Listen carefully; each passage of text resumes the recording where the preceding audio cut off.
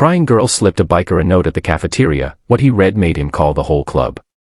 The cafeteria was loud, greasy, and full of life, the kind of place bikers stopped at when the road stretched too long and the night refused to end. Engines had gone quiet outside, but the smell of oil, leather, and fried food lingered inside. At a corner table sat Jack Miller, a broad-shouldered biker with a scar running down his left eyebrow. His leather jacket rested on the seat beside him, marked with the emblem of the Black Wolves Motorcycle Club. Men like Jack didn't cry. They didn't hesitate. And they definitely didn't get involved in strangers' problems. Or so he thought. Jack lifted his coffee when he noticed her. A young girl, maybe 16 or 17, stood near the counter pretending to read the menu.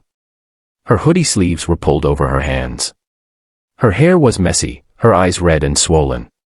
She was trying not to cry, but failing. People noticed her. Nobody helped. Jack looked away. Not my business. Moments later, as the waitress placed his plate down, someone brushed past his table. Light. Careful. A small piece of folded paper landed beside his fork. Jack frowned. The girl was already walking toward the door. He picked up the note. It had been folded too many times, like it had lived in someone's pocket for days. His fingers hesitated. Something about the way she avoided eye contact made his chest feel tight. He unfolded it. 4 words, written in shaky handwriting, stared back at him. Please help me. He's outside. Jack froze. He looked up. Through the cafeteria's front window, he saw an old pickup truck parked crookedly near the entrance. Inside sat a man in his late 40s, unshaven, eyes locked on the door. Watching. Waiting.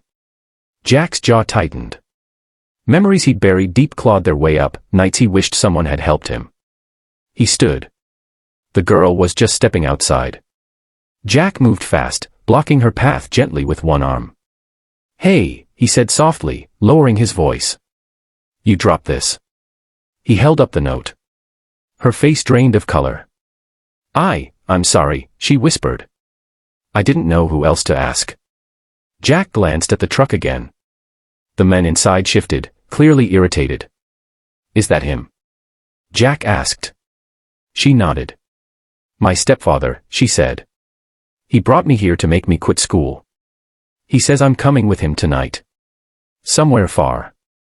Jack felt heat rise behind his eyes. Does he hurt you? She didn't answer. That was answer enough. Jack pulled his jacket on and placed a few bills on the table.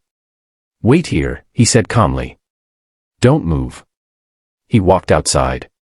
The man in the truck leaned out the window. You got a problem, biker. Jack stepped closer, towering over the door. Yeah, Jack said evenly. You.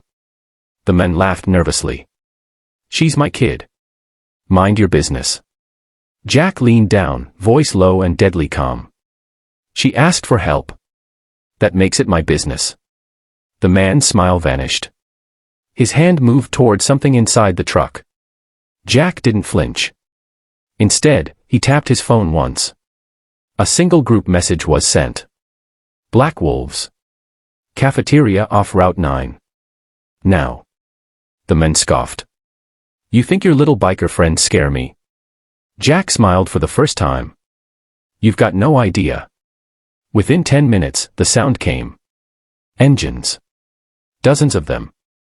The ground seemed to vibrate as Black Wolves motorcycles rolled into the parking lot from every direction, chrome gleaming, headlights cutting through the dusk like eyes. Men dismounted slowly. Calm. Focused. One by one. The men in the truck went pale. What the hell is this? Jack stepped back as Reaper, the club's president, approached. What's going on, Iron? Reaper asked. Jack pointed to the truck. He's threatening a kid. The girl stood in the doorway now, shaking. Reaper looked at her. Then at the men. You want to explain yourself? Reaper asked. The men stammered. She's mine. I can do what I want. Reaper's voice dropped. No. You can't. 2 bikers stepped behind the truck. One blocked the front. Another leaned casually against the passenger door. You leave, Reaper said. Now. Without her. The men laughed weakly. Or what? Reaper nodded once. Jack pulled out his phone again. I already called Child Protective Services, he said. And the sheriff? They're on the way. The men panicked. He slammed the accelerator. The truck lurched forward, then stopped. 3 bikers stood in front of it. Unmoving. The man's shoulders slumped. Sirens wailed in the distance. When the police arrived, the truth spilled out fast. Years of abuse. Control. Fear. The girl, Emily, broke down crying as an officer wrapped a blanket around her. As the man was taken away in handcuffs, Emily looked at Jack. You didn't have to help me, she said quietly. Jack knelt to her level. Yeah, he said. I did. Hours later, the parking lot was empty. The bikes gone. The night quiet. Jack sat on his motorcycle, helmet in hand, staring at the stars. Reaper stood beside him. You did good today, Reaper said. Jack nodded. She reminded me of someone, Jack said. Someone I used to be. Reaper clapped his shoulder. That's why we ride together, brother. Jack started his engine. As he pulled onto the road, his phone buzzed. A message from an unknown number. This is Emily. I'm safe.